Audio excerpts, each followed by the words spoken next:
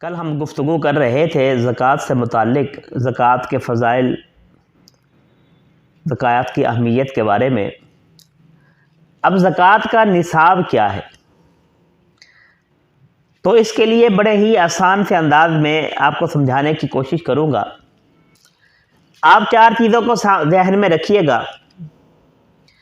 ایک ہے اشیاء زکوٰۃ، ایک ہے نصاب زکوٰۃ، ایک ہے شرائط زکوٰۃ، ایک ہے مصارف زکوٰۃ۔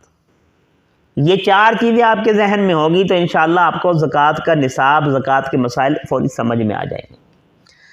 اشیاء زکوٰۃ، نصاب زکوٰۃ، شرائط زکوٰۃ اور مصارف زکوٰۃ۔ اشیاء زکوٰۃ یعنی جن چیزوں پر زکوٰۃ واجب ہوتی ہے وہ کون کون سی؟ نمبر 1 سونا، گولڈ۔ نمبر 2 چاندی۔ نمبر 3 نقدی۔ نمبر 4 مال تجارت۔ یہ 4 اشیاء زکوٰۃ ہیں جن میں زکوٰۃ واجب ہوتی ہے۔ اب ان چاروں کی تفصیل سمجھ لیتے ہیں۔ سونا زیور کی صورت میں ہو، ڈلی کی صورت میں ہو، استعمال میں ہو یا نہ ہو، کسی بھی صورت میں ہو، یہ اشیاء زکوٰۃ میں سے۔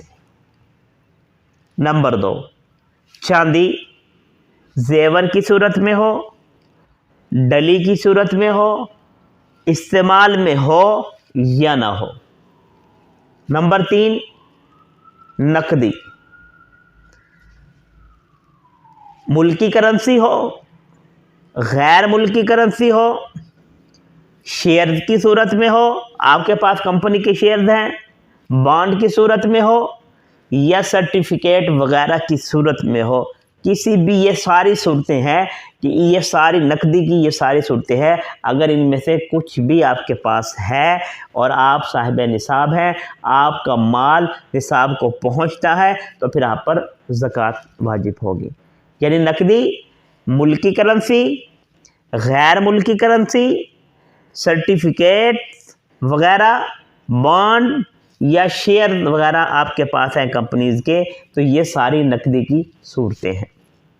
اور نمبر 4 ہے مال تجارت، یعنی آپ نے کوئی چیز بیچنے کی نیت سے خریدی ہے اور جب آپ کا سال پورا ہو رہا ہے اس وقت تک آپ کے فروخت کرنے کی نیت برقرار ہے۔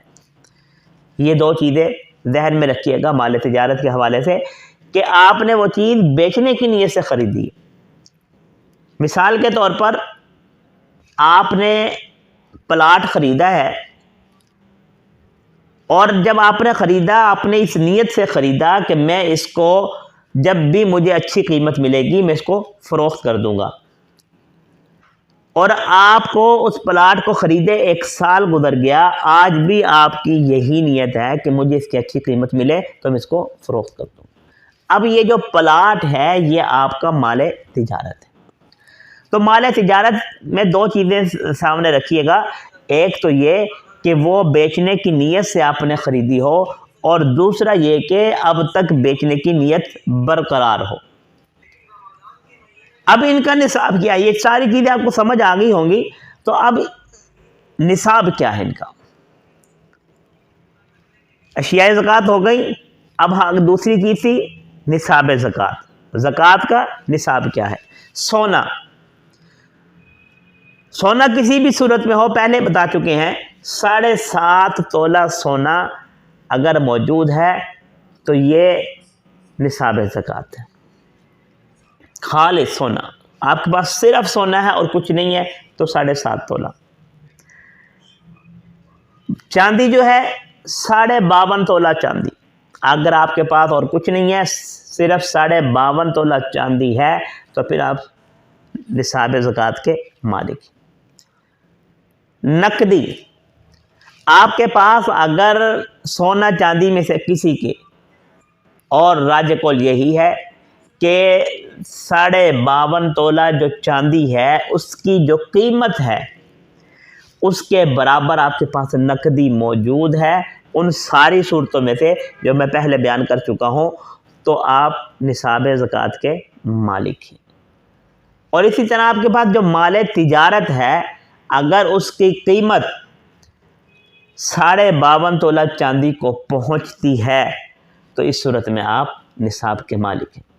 اور 52.5 تولہ چاندی جو ہے، اس کی آج کل جو موجودہ قیمت ہے، اگر گورنمنٹ کا جو نصاب مقرر گورنمنٹ نے اس سال کیا 2024 میں، تو اس کا اگر حساب لگایا جائے، اس کو سامنے رکھا جائے، تو گورنمنٹ نے جو نصاب مقرر کیا ہے زکوٰۃ کا 1,37,700 تقریباً 79 روپے، 79 روپے 79 روپیز۔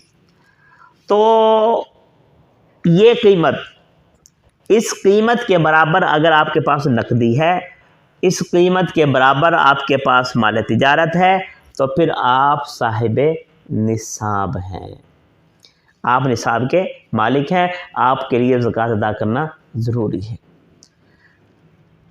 اب زکوٰۃ دینی کتنی ہے؟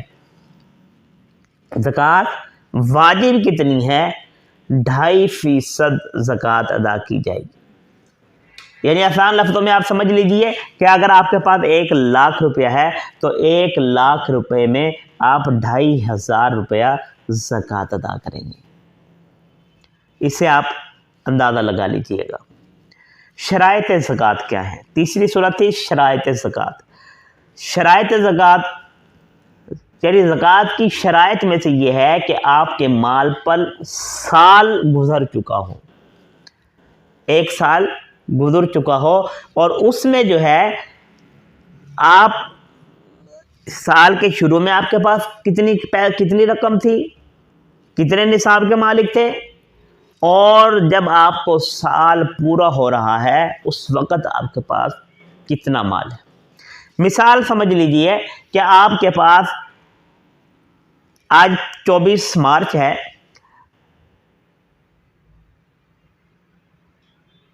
تو 24 مارچ کو آپ کے پاس 5 لاکھ روپے موجود ہے، اور آئندہ سال 24 مارچ کو آپ کے پاس اگر 5 لاکھ موجود ہے تو آپ صاحب نصاب ہیں۔ یعنی یہ ایک مثال دے رہا ہوں، نصاب کا جو جہاں پر نصاب پہنچتا ہے 1,37,000 جو بھی آپ نکالے، ایک مثال دے کر سمجھا رہا ہوں کہ اگر آپ اس وقت بھی اتنے رقم کے مالک ہیں تو پھر آپ صاحب نصاب ہیں، یعنی آپ کے مال پر سال گزر چکا ہے۔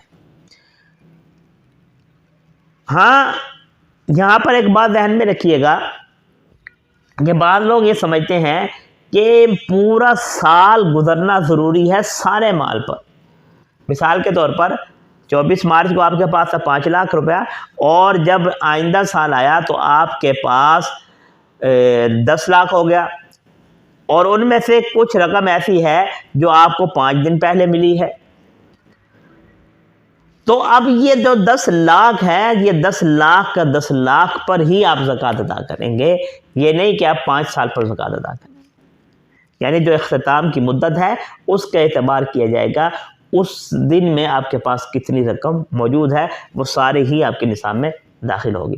ہاں، یہاں پر ایک اور بات بھی ذہن میں رکھیے گا کہ آپ نے جو زکوٰۃ دینی ہے، آپ کا جو مال ہے، جو واجبات ہیں آپ کے جو واجبات ہیں، آپ نے ان کو منہا کرنا ہے۔ آپ نے اگر کسی کا قرض دینا ہے، آپ اس رقم میں سے اس کو منہا کر لیجئے گا۔ آپ نے ملازموں کی تنخواہیں دینی ہیں، آپ وہ اس میں سے منہا کر لیجئے گا۔ آپ نے مکان کا کرایہ دینا ہے، آپ وہ اس رقم میں سے منہا کیجئے۔